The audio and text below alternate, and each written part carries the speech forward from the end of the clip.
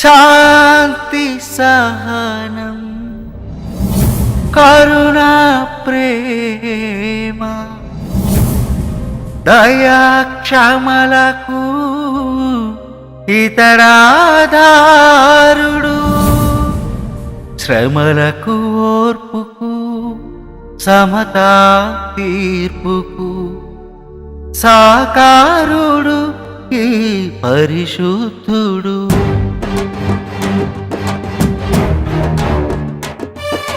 స్వస్థత కూర్చే మరియ తనూజుడు స్వాంతన పరిచే సర్వోన్నతుడు సర్వలోకాల సంరక్షకుడు లోకరక్షకుడు.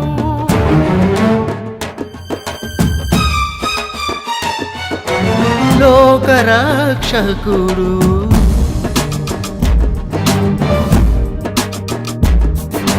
దీనుల కోసం దైవ కుమారుడు దయామూర్తిగా వచ్చాడు. పాపుల కోసం పరమ పావనుడు పరిశుద్ధునిగా వెలిగాడు.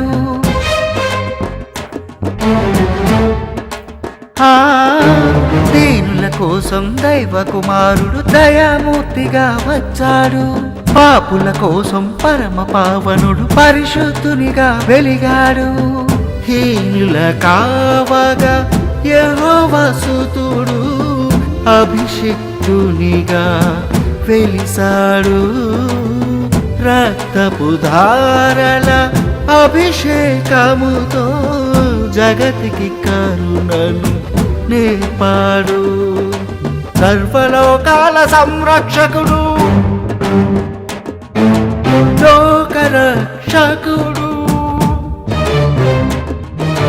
లోకరక్షకుడు.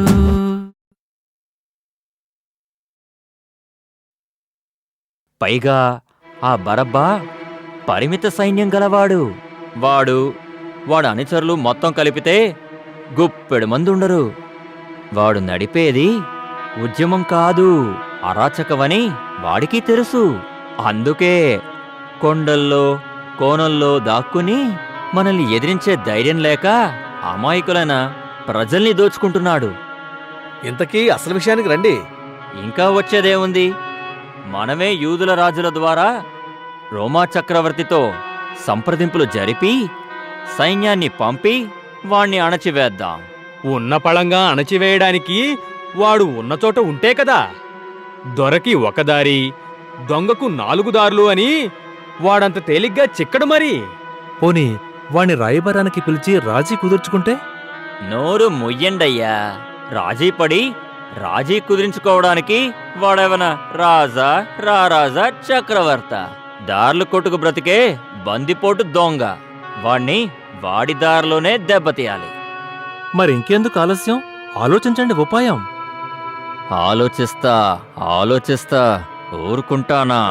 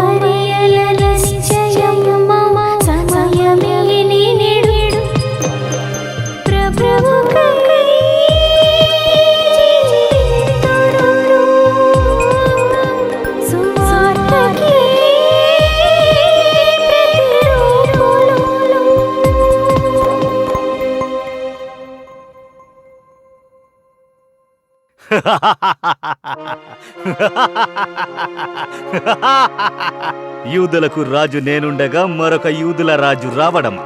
అసాధ్యం, అసంభవం. మా అభిప్రాయం కూడా అదే మహారాజా. యూదులకు మీరే రాజు, వారికి మీరే దిక్కు. కాని ఈ పరిసయ్యులు సద్దూకయ్యలు మరో విధంగా చెప్తున్నారే. యూదుల రాజు రాబోయే మెస్సయ్యేనట. అతడు యూదుల కోసం ప్రత్యేక రాజ్యాన్ని స్థాపిస్తాడట. ఆయన కోసమే యూదులందరూ ఎదురు చూస్తున్నారట. అదే నిజమైతే ఇక మేవెందుకు, మా రాచరికమెందుకు? మహారాజా, లేఖనాల్లో రాసుంది కాబట్టి వారు చదివారు, మీరు విన్నారు. ఆయన ఇది ఇప్పటిదా ఎప్పటిదో?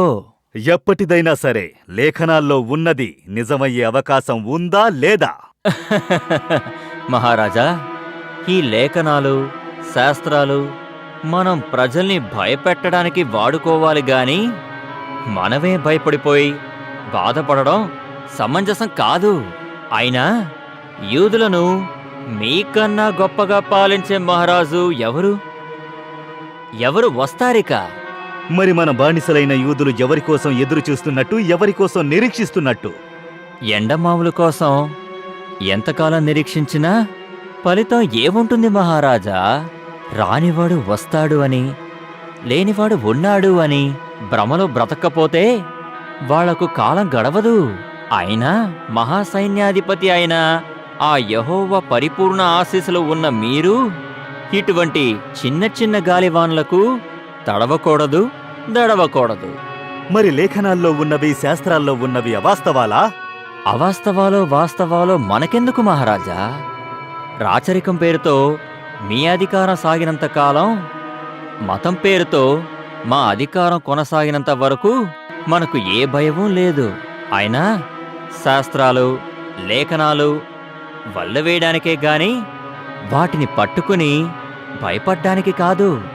అధికారం మనది అంటే తమది, ఆధిపత్యం మాది అంటే శాస్త్రానిది. ఒకవేళ లేఖనాల్లో చెప్పింది నిజమై ఆ వచ్చేవాడెవడో రానియండి. ఆ వచ్చిన వాణ్ణి ఆ ఎదురు చూసే వాళ్లతోనే వెళ్ళగొట్టేద్దాం. మీ సింహాసనానికి ఏ ముప్పు, ఏ ముంపు ఉండకుండా చూసే బాధ్యత మాది. అంతేనంటారా? ముమ్మాటికి అంతే. ఈ యూదా సామ్రాజ్యం మీది, దీనికి రాజు మీరే, లేదంటే మీ వంశం వారు. రాజకీయం, మతము కలిస్తే విప్లవాలు పడిపోతాయి, ఉద్యమాలు ఆగిపోతాయి, ఉప్పెనలైనా సరే కృంగిపోతాయి. మతాధికారం నా చేతుల్లో ఉన్నంత వరకు మీ సింహాసనానికి ఉన్న 4 కోడల్లో ఒక్క కోడు కూడా బదులు కాదు. అందుచేత మీరు నిశ్చింతగా ఉండండి, మమ్మల్ని నిశ్చింతగా ఉండనివ్వండి.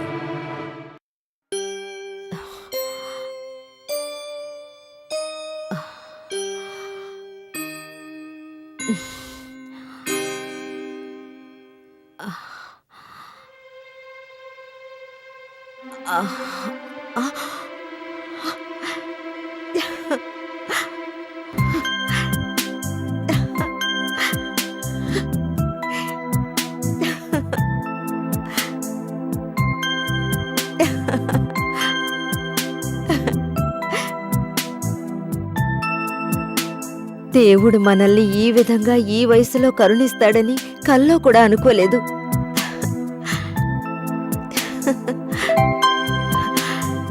లోకంలో నేను అవమాన భారంతో కృంగిపోతున్నానని తెలిసి, సాటి తల్లుల ముందు చిన్నబోతున్నానని గ్రహించి, నా గొడ్రాలితనాన్ని పోగొట్టి ఈ వయసులో నన్ను అమ్మను చేశాడు. దేవుడి రాకని సూచించేవాణ్ణి, నా కడుపును మోసే అదృష్టాన్ని ప్రసరింపజేశాడు.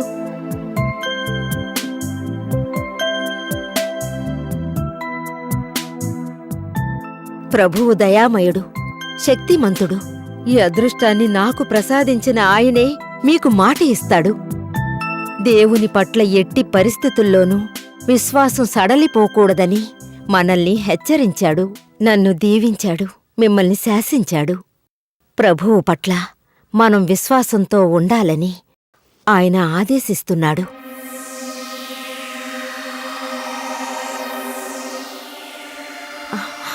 చెప్పనండి, ఎట్టి పరిస్థితుల్లోనూ ఎవరికీ చెప్పను.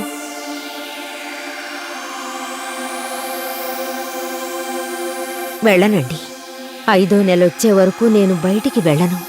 ఈ విషయం, ఈ రహస్యం ఎవరికీ తెలియనివ్వను. ఇప్పుడు చెప్పినా ఎవ్వరూ నమ్మరు. ముసలిదానివి, నీకు కడుపా అని హేళన చేస్తారు. కడుపులో ఉన్నది బిడ్డ కాదు, రాయి అని నవ్వుతారు. అందుకే 5వ నెల వచ్చే వరకు నేను బయటికి పోను. సమర్థుడు ఆ ప్రభు అనితర సాచుడు, రాళ్ళకు సైతం శిశువుల నిడువాడు. సమర్థుడు ఆ ప్రభు అనితర సాచుడు, రాళ్ళకు సైతం శిశువుల నిడువాడు. ముదుసలి వాళ్లకు మురిపెంగా వరములనిచ్చే స్తుతులను పొందాడు. ఆశ్చర్యకరుడు ఆ దేవుడు, కారణ జన్ముని అందించవచ్చాడు.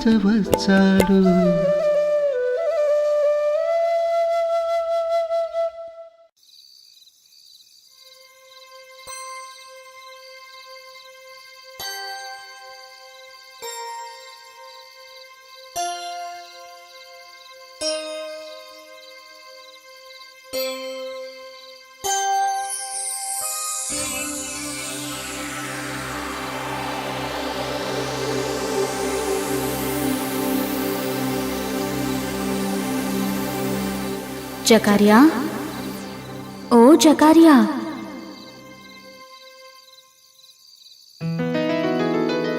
ఎలిజబెత్, ఓ ఎలిజబెత్. దంపతులారా, దేవుడి పేరిట మీకు శుభాశీసులు. మీకు మరో సువార్త ప్రకటిద్దామని వచ్చాను. దైవకుమారుడి రాకను ప్రవచించే కుమారుడు మీకు కలగబోతున్నట్టే మరో చోట దైవకుమారుడు పుట్టబోతున్నాడు.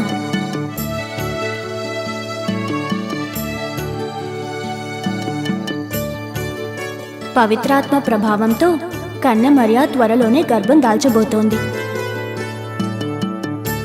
పరిశుద్ధాత్మ కన్య మరియను కన్యగానే తల్లిని చేయబోతోంది. ఈ సువార్త మీకు ప్రకటించాలని మళ్ళీ వచ్చాను. నజరేయుడైన యోసేఫుకు మరియకు వివాహం నిశ్చయమైనది. దైవకుమారునికి కాబోయే తల్లిదండ్రులు వాళ్లే. ఇది మీకే కాదు, లోకానికే శుభవార్త. దేవుడి పేరిట పలుకుతున్న ఈ గాబ్రియల్ వాక్యం పొల్లుపోదు.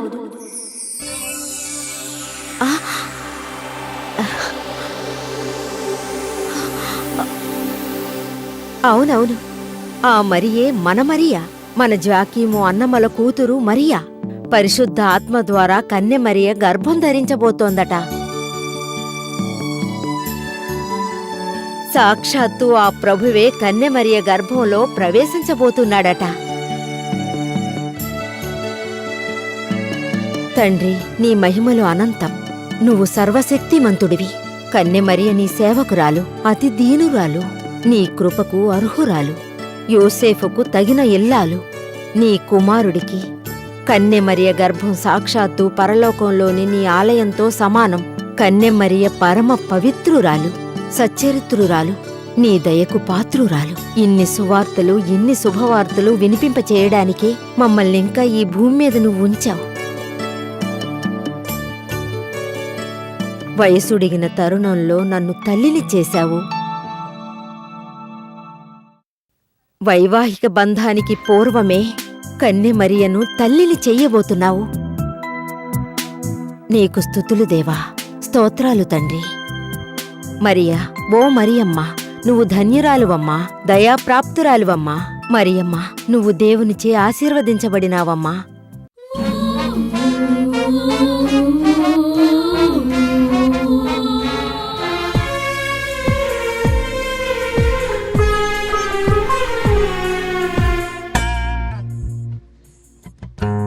జాలి దయా అంటే మేనయ్యా, ప్రేమ క్షమ అంటే మేనయ్యా, సహనం స్త్రీ రూపమై, సౌశీల్యమే దీపమై, సహనం స్త్రీ రూపమై, సౌశీల్యమే దీపమై, మమతలు కురియా వినదిగే మరియా.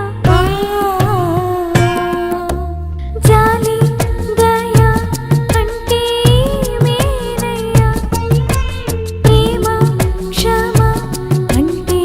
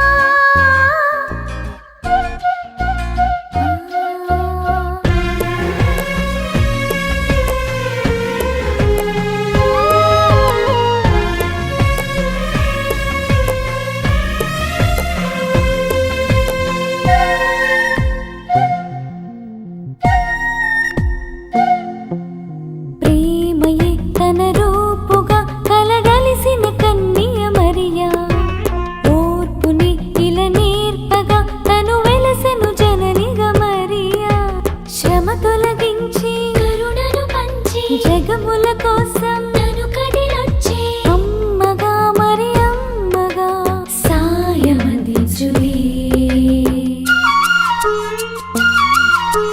జాలి దయ అంటే మేనయ్యా ప్రేమ క్షమ అంటే మేనయ్యా సహనమ్మె స్త్రీ రూపమై సౌశీల్యమే దీపమై సహనమ్మె స్త్రీ రూపమై సౌశీల్యమే దీపమై మమతలు కురియా వినదిగే మరియా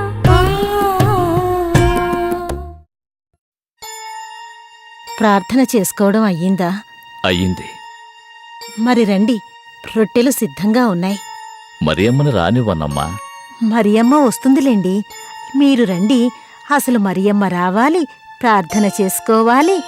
ఈలోపు మనం తిన్నామని మరియమ్మకు తెలియాలి. మనం తింటేనే గాని మరియమ్మ తినదు.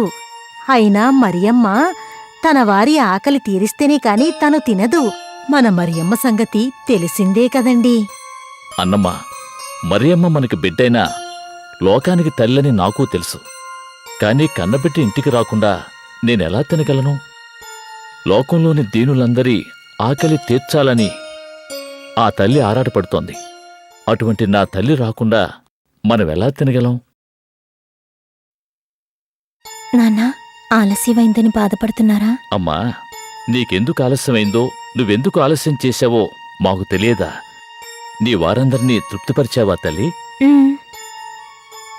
నాన్నా, అమ్మా, మీరు తిన్నారా?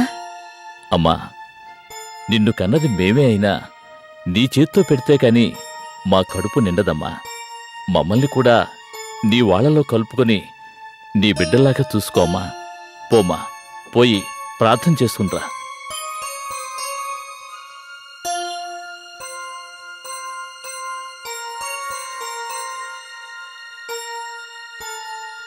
రండి, అమ్మాయి వచ్చేదాకా కూర్చుందాం. నా మాట వినండి. మనందరం కలిస్తే ఆ బరబ్బా ఒక లెక్క కాదు. వాడు అరాచకాలిక సాగవు. వాడికి కాలం మూడింది. మీ వెనక మేమున్నాం. మీరు ధైర్యంగా ఉండండి. వాణ్ణి మనం ఎదిరిద్దాం. మొన్న ఆ బరబ్బా వచ్చి వెళ్ళినప్పుడు ఏవైందయ్యా మీ ధైర్యం? మేమా రోజు అక్కడి నుంచి వెళ్ళిపోయింది వాడికి భయపడి కాదు, మా మీద కోపంతో మిమ్మల్ని శిక్షిస్తాడని. ఆ రోజు సంతలో పడి విచ్చలవిడిగా మిమ్మల్ని దోచుకుంది వాడేనని వాణ్ణి నిలదీస్తే మమ్మల్ని ఏమీ చెయ్యలేక మా మీద కోపం మీ మీద చూపిస్తాడేమోనని మేమక్కడి నుంచి వెళ్ళిపోయాం. ఈసారి ఆ బరబ్బా మా కంట పండేవండి. మా ప్రాణాలకు తెగించైన వాడిని పట్టుకొని మీకు అప్పచెప్తాం. అది పౌరుషం అంటే. ఈసారి మీ కంటపడితే వాణ్ణి పట్టుకొని మాకు అప్పగించండి, లేదా వాడి స్థావరం ఎక్కడో కనుక్కొని మాకు సమాచారం అందించండి. ఆ బరబ్బా అనుచరులు మీలోనే కలిసిపోయి గూఢచర్యం చేసి మీ గుట్టు బరబ్బాకి చేరవేస్తున్నారని మాకు తెలిసింది. అటువంటి వాళ్ళు మాలో ఎవరూ లేరు. ఇటు మీ వల్ల గాని అటు ఆ బరబ్బా వల్ల గాని మాకు ప్రయోజనం ఏమీ లేదు. ఆ మెస్సయ్య రావాల్సిందే, మా కష్టాలు తీరాల్సిందే. ఇదే మీ అమాయకత్వం. లేనివాడి కోసం ఎదురు చూసి ఉన్నవాడి ఆసరాని చేజార్చుకోకండి. ఏరోదు మహారాజు మనందరికీ ప్రభువు. రాజుగారికి మనందరికీ కలిపి రోమా చక్రవర్తులు ప్రభువులు. మనం వారి కింద బానిసలం. మనకు చేతనైన సాయం చేసి ఆ బరబ్బాని ప్రభుత్వానికి పట్టిస్తే త్వరలోనే మన బానిస బతుకులు అంతరించిపోతాయి. బరబ్బాని పట్టించండి, మంచి బహుమతి పొందండి. పదండి, పోదాం.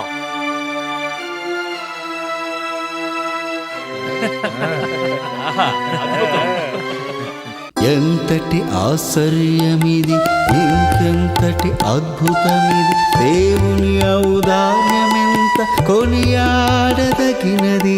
ముదుసలి చూలాలు ఎంత మురిచున్నది. దైవం అనుకుంటే కానిది ఏమున్నది. గొడ్రాలు బిడ్డకు తల్లి అవుతున్నది. ఎంతటి ఆశ్చర్యమిది. గొడ్రాలు బిడ్డకు తల్లి అవుతున్నది, ఇంకెంతటి అద్భుతమిది. అన్నట్టు మన ఎలిజబెత్ అమ్మ ఈ మధ్యన అస్సలు బయటికే రావడం లేదేంటి? ఏమొస్తుంది పాపం, ఆ జకారియా అయ్యకి మాట పడిపోయిన దగ్గర నుంచి ఈ మసలు గడప దాటి బయటికే రావట్లేదు. అసలు విషయం అది కాదులే. మరేంటి? ఏడ్చినట్టుంది, నీకెవరు చెప్పారు? ఊళ్ళో అందరూ అనుకుంటున్నారు. సరేలే, వాళ్ళ వయసు కన్నా కొంచెం మర్యాద ఇవ్వమ్మా. నాకు చెప్తే చెప్పావు కానీ ఇంకెవరికి చెప్పుకో. స్వస్థత కూర్చే మరియ తనూజుడు, స్వాంతన పరిచే సర్వోన్నతుడు, సర్వలోకాల సంరక్షకుడు, లోకరక్షకుడు.